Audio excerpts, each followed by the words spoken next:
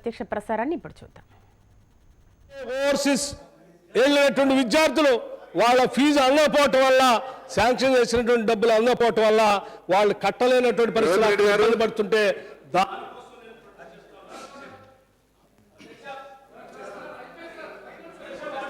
కిషన్ రెడ్డి గారు వారు మీరు ప్రొటెస్ట్ అనే పేరుతో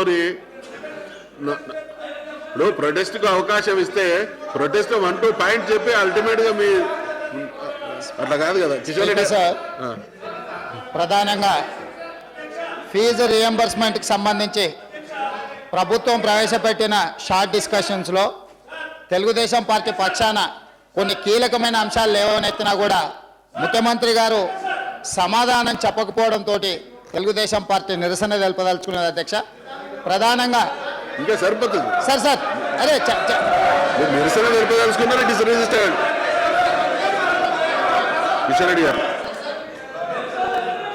వాళ్ళు నిరసన తెలుపదలుచుకున్నారు, చెప్పేసి వెళ్ళు సార్.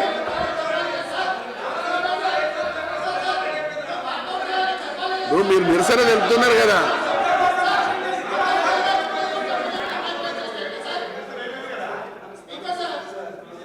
కిషన్ రెడ్డి గారు 1 మినిట్. కిషన్ రెడ్డి గారు 1 మినిట్ లో క్లోజ్ చేయండి. మీరు కూర్చోండి. కిషన్ రెడ్డి గారు మీరు కూర్చోండి.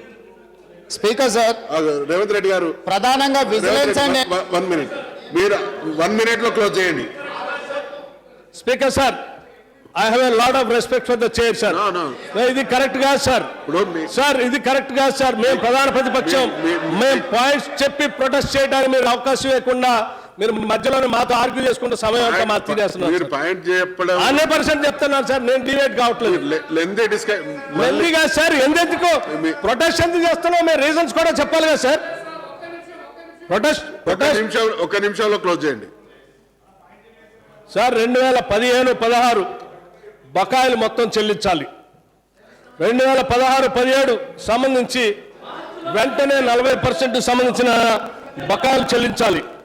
అట్లాగే కాంగ్రెస్ పార్టీకి సంబంధించిన అడిగినటువంటి అనేక అంశాలపైన, ముఖ్యంగా ఓవర్సీస్ స్కాలర్షిప్స్ కానీ, SC/ST స్టూడెంట్స్కి కేంద్రం నుంచి వస్తున్నటువంటి నిధులకు సంబంధించిన స్కాలర్షిప్స్ కూడా ఇవ్వకుండా డైవర్ట్ చేస్తున్నటువంటి అంశం కానీ, లేకపోతే మీరు చెప్పినటువంటి సమాధానం ఏదైతే కళాశాలలో టీచింగ్ స్టాఫ్ సరిగా లేదని చెప్పి కళాశాలలో మూసివేయటం కోసం మీరు చెప్పించినటువంటి సాకులు కూడా కరెక్ట్ లేవు.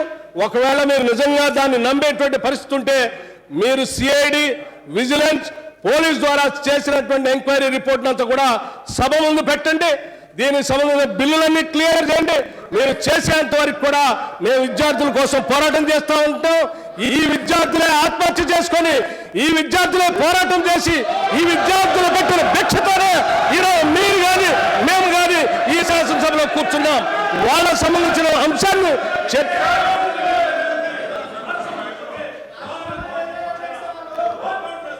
స్పీకర్ సార్, ప్రధానంగా ఏ తెలంగాణ కోసం అయితే 100 మంది విద్యార్థులు ఆత్మ బలిదానాలు చేసుకున్నారో ఆ విద్యార్థుల చదువులకు సంబంధించి ఫీజు రియంబర్స్మెంట్ విషయంలో రాష్ట్ర ప్రభుత్వం నిర్లక్ష్యంగా వ్యవహరించడానికి, అదేవిధంగా రాష్ట్ర ప్రభుత్వం నియమించిన విజిలెన్స్ అండ్ ఎన్ఫోర్స్మెంట్ నియమించి కళాశాలలు తనిఖీలు చేపట్టినమని చెప్పి ముఖ్యమంత్రి గారు చెప్పారు. ఆ రిపోర్ట్లను అన్నిటిని కూడా శాసనసభలో పెట్టాల్సి ఉండే, ఇప్పటివరకు ఆ రిపోర్ట్ల వివరాలు శాసనసభలో పెట్టకపోవడానికి, అదేవిధంగా తెలంగాణకు సంబంధించిన విద్యార్థులు ఆంధ్రప్రదేశ్లో కళాశాలలలో అడ్మిషన్లు వస్తే వాళ్ళకు ఫీజు రియంబర్స్మెంట్ చేయకపోవడానికి 4,410 కోట్ల రూపాయలు ఈ జనవరి నాటికి ఏవైతే ఫీజు బకాయిలు ఉన్నాయో ఆ పేమెంట్ల పట్ల స్పష్టత రాష్ట్ర ప్రభుత్వం ఇవ్వకపోవడానికి నిరసనగా తెలుగుదేశం పార్టీ వాకౌట్ చేస్తుంది.